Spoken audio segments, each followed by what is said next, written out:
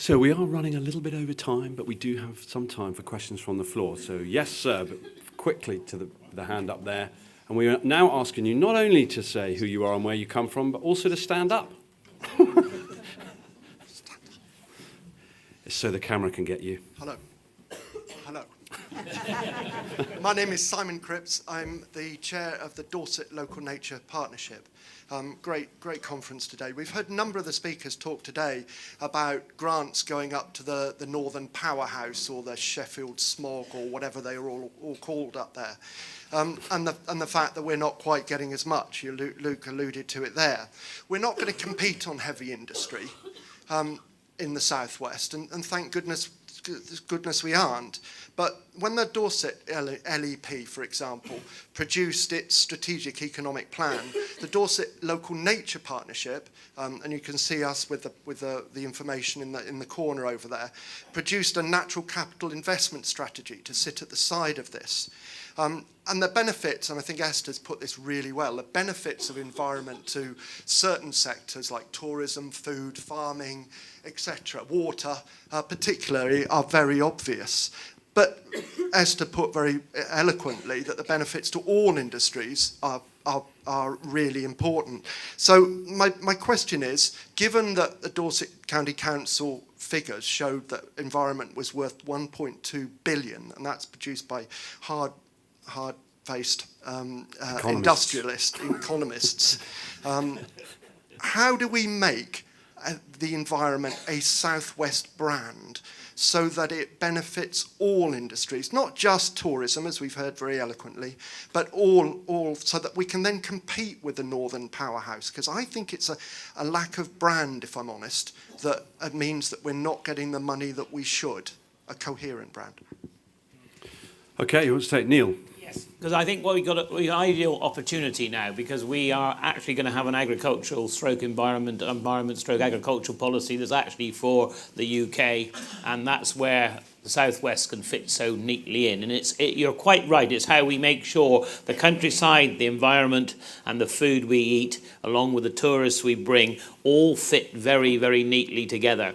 And so therefore, there will be big changes on how we bring forward policy now, and I think you will be making bids for it along with everybody in the West Country, and it's really making sure that we have got that great, because people come here on holiday, they know how great it is, but we've got to make it even greater, haven't we?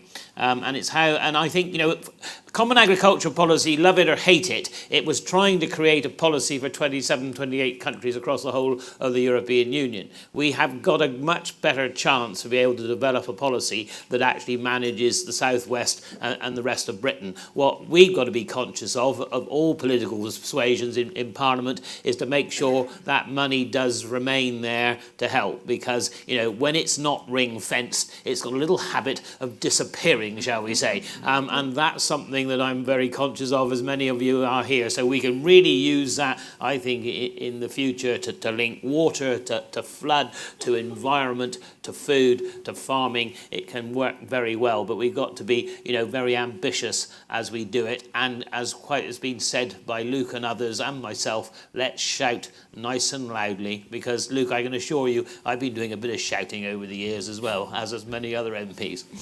Luke, you got a quick answer to that question too?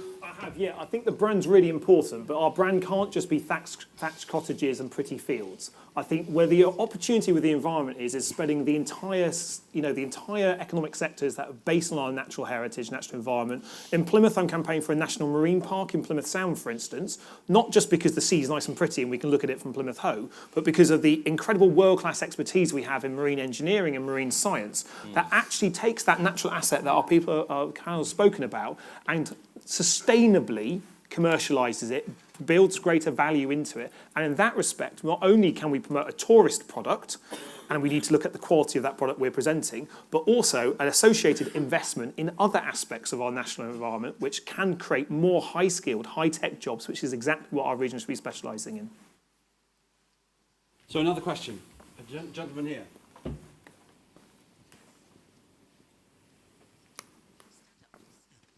Thank you. I'm County Councillor John Cordwell from Gloucestershire. I just wanted to make sure that you don't forget that the the region doesn't simply consist of the peninsula, it does go a bit further than that. I've heard the A303 mentioned at least 3 times by speakers this morning, nothing about the A417, 419. If you want to keep the region together as a region, fighting for the region, then please can we have a bit more of the northern end as well? Thank you. A statement, not a question. So a question, Dan, a lady in the front here. Andrea Smith from Dorset Lep. Haven't talked much about housing today, and yet the South West is one of the least affordable places to live in the UK. It's got to be a limiting factor on productivity, and so I'd be interested to know what the panel thinks about that, and also what our ask to government should be in that regard.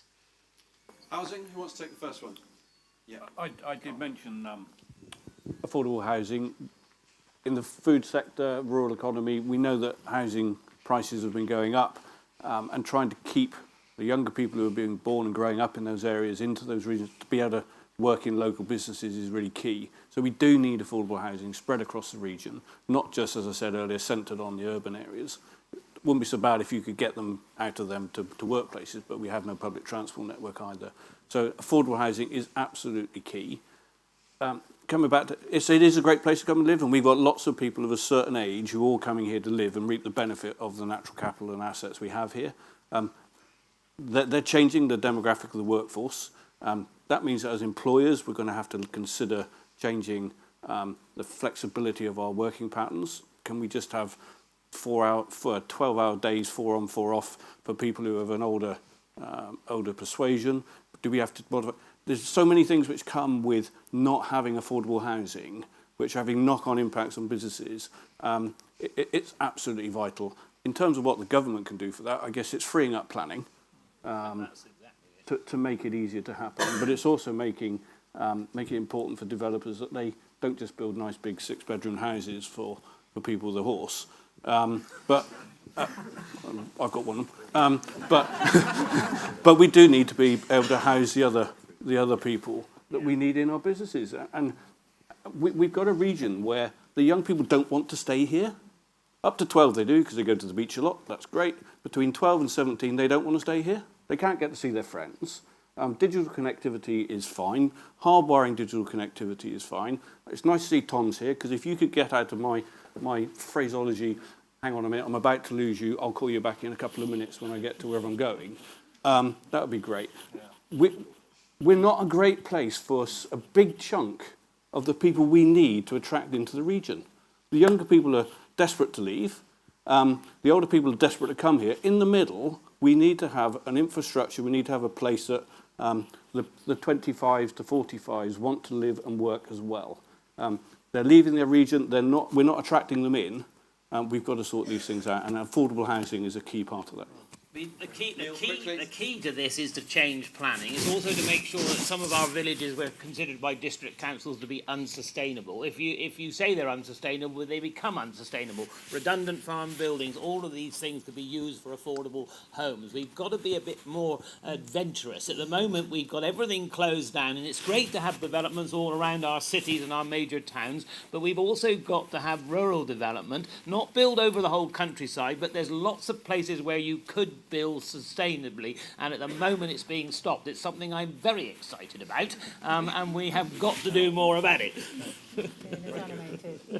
Okay, I'm going to move on. There is a gentleman at the back. Thank you. Phil Byers, Vice Chairman of North Devon Biosphere. We've heard no mention at all about the government's 25-year environmental plan. That is being pushed forward by DEFRA. And DEFRA have put together a few pioneer projects across the country to see how they'll roll out the 25-year plan. North Devon, through our partnership working of the private sector, public sector, and the third sector, we have a biosphere partnership, and that partnership is the landscape pioneer for the whole of the country. So we have got some good news in the southwest, and I would invite all of you to come and see what we're doing in North Devon. In addition, across the country there are... Have you got a question?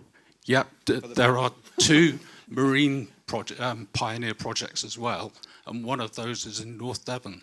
So right through here, we've been hearing people saying nothing's happening, there's no good news, we need to get on and do something, but we are doing something. Sorry if it's a statement. And my question and my challenge is... But have you got a question, sir, quickly? The question is, come and see us and we'll show you how. That's an invitation. Next question. Thank you very much. On the left. Or is that the right?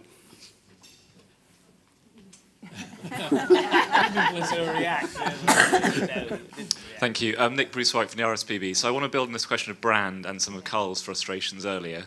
So it's great we're talking about this, and it's great we keep name-checking the environment as a key driver of the economy. And Chris has spoken about some of the good work which water companies have done, not just here, but across the UK, investing in that environment. But I don't see that investment coming elsewhere. And if I could use just one but small example, the Cornish chough, the bird on the county crest, on the Duchy of Cornwall's crest, and on the logo of countless businesses throughout Cornwall, yet that bird has come back from extinction in Cornwall, thanks to the work of mostly farmers, a bit of support from EU, and a handful of NGOs. I don't see that investment coming from the business sector to restore that great brand of Cornwall. So I guess my question is, as a naive tree hugger, how can the great business minds in this room help make that link between business brand and the environment and get the investment flowing the right way?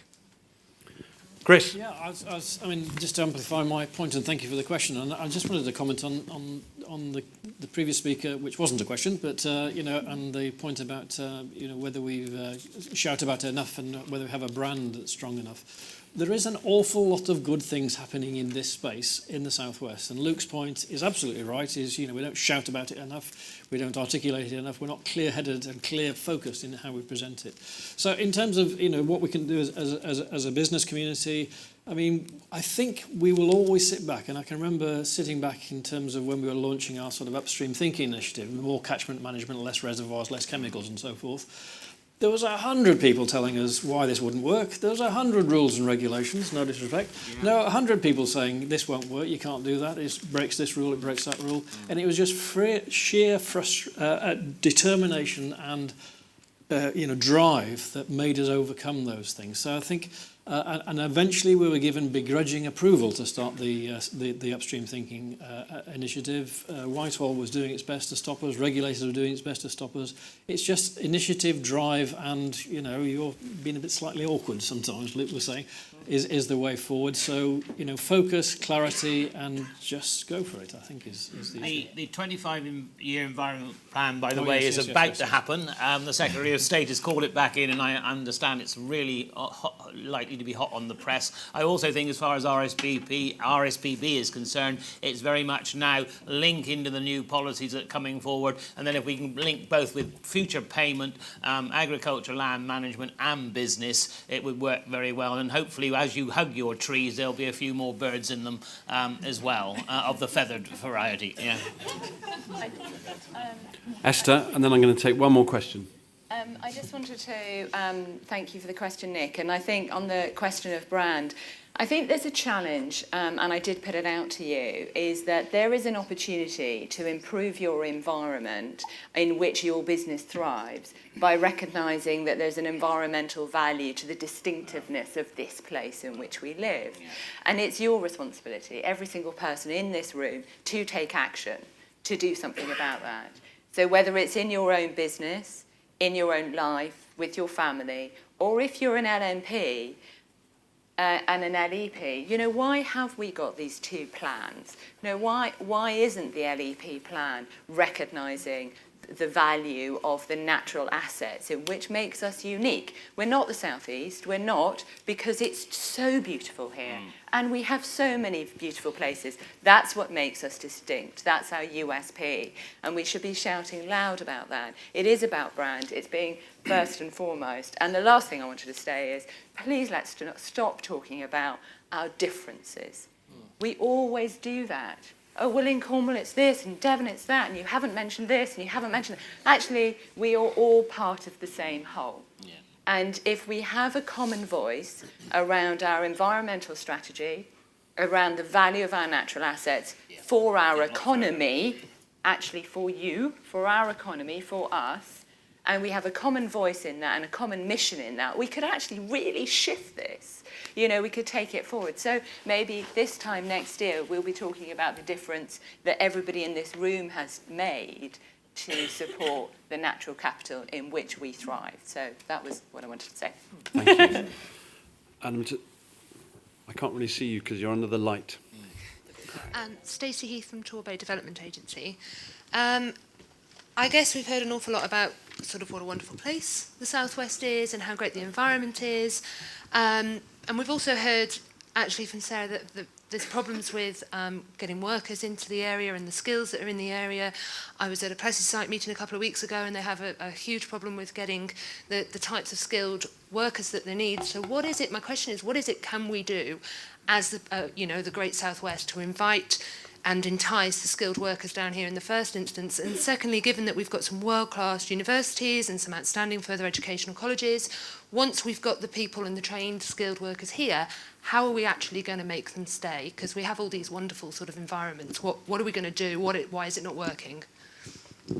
Who wants to start us off, Neil? I think the challenge is very much that we've got a lot of homegrown students coming through, making sure that we've got the right courses in our great universities and colleges to do that, right down to our tertiary college. You know, all these things are absolutely important. And also, of course, in the meantime, one thing that we've been looking at the Select Committee is to make sure there is enough imported labour when we need it, because that's the other issue. You see, we've got a big issue not only in the environment sector, but certainly in the food processing sector, where there is a lot of foreign workers here, and we're not getting people stepping up to the plate to replace them at the moment. And so I think, and also where we can automate more some jobs which perhaps at the moment not everybody want to do, but there is a real challenge there to make sure as we leave the European Union that we've actually got enough people coming in, we've got enough of our own workforce, and I think, you know, that's where we're trying, aren't we, to integrate business, university, college and schools much more together. And I think we need to even do more of it, and we all obviously need to look at the apprenticeship scheme yet again. We've got more apprenticeship schemes, but we've got to make them fit even better. That's really key to it, I think. Okay, and the final word with Luke. Oh, Karl wants to go in as well. Yes, we, as a sector, we have a high immigrant labour workforce across the whole country. But it's also the tourism sector. It's also the construction sector. It's also the healthcare sector. Yeah. We've got basically zero unemployment in this region. If and when our political leaders decide whether the immigrants are allowed to stay, that's step one. They've then got to want to stay. And if they don't like the package, I mean, from my conversations with our employees, they're far cuter than the British workers. They are looking at it and they're going to decide whether they want to stay here or not. The fact they may be allowed to stay is part of the puzzle. We're facing a real cliff edge on many fronts, which we know. Keeping the good homegrown domestic British people in the region is key. We've got to keep the talent in the region, or at least when they go to university, make sure they come back again. I know you said about the skills. You said it, so I wasn't going to add it, but this was probably the biggest challenge that this region faces, apart from the roads and Gloucester and everywhere else, in the next 3 to 5 years, and I don't think we've really grasped it at all. Okay, Luke. Very quickly, I mean, we've spoken a lot about what the message we need to talk about today, about how good we are, speaking of what we've got. We've spoken actually about our coalition that we need to put together of business, politicos, investors, and people out there, workforce, and those people that live in our region. And we've spoken a little about activities. What we haven't spoken about is actually audience. Who are we trying to persuade in doing all these things? And actually, I think understanding the motivations of where government and, importantly, I would say this, opposition, because it's lovely having lots of Tory ministers on a blue set talk about it, but it would be great to have some Labour people in there as well in the videos. But actually, where the motivation sits in terms of this, because I think, you know, the people that are going to be making decisions about labour force and what's happening with EU migrants after Brexit are a very small group of Tory ministers at the moment. And so understanding how we can task our things with clear little things that we can get. Because at the moment, what I want us to do is be clear about all our tasking that our entire region should be doing. Now, that is the MPs and the business leaders. and all our third-party friends that we have, because there's an awful lot of goodwill towards the Southwest. And actually, how you capitalise on that goodwill, I think, will speak volumes about how successful we are, because we already have a foot in the door, because people love our region. They need to know more about it, and we need to be clear about what we want to see changed. But when it comes to skills, when it comes to migration, when it comes to changing the thresholds about investment, that will only be done by people in London. And they have to understand why it's good for them that we do better. Because we'll pay more tax, we'll take less out on public services, and we'll contribute more to our national GDP. That is good for everyone, not just for the Southwest. Let's keep making that message loud and clear. Okay, fantastic. Good news, we're going to have a break. Thank you, panellists, very much. Would you join me all in thanking them for their contributions?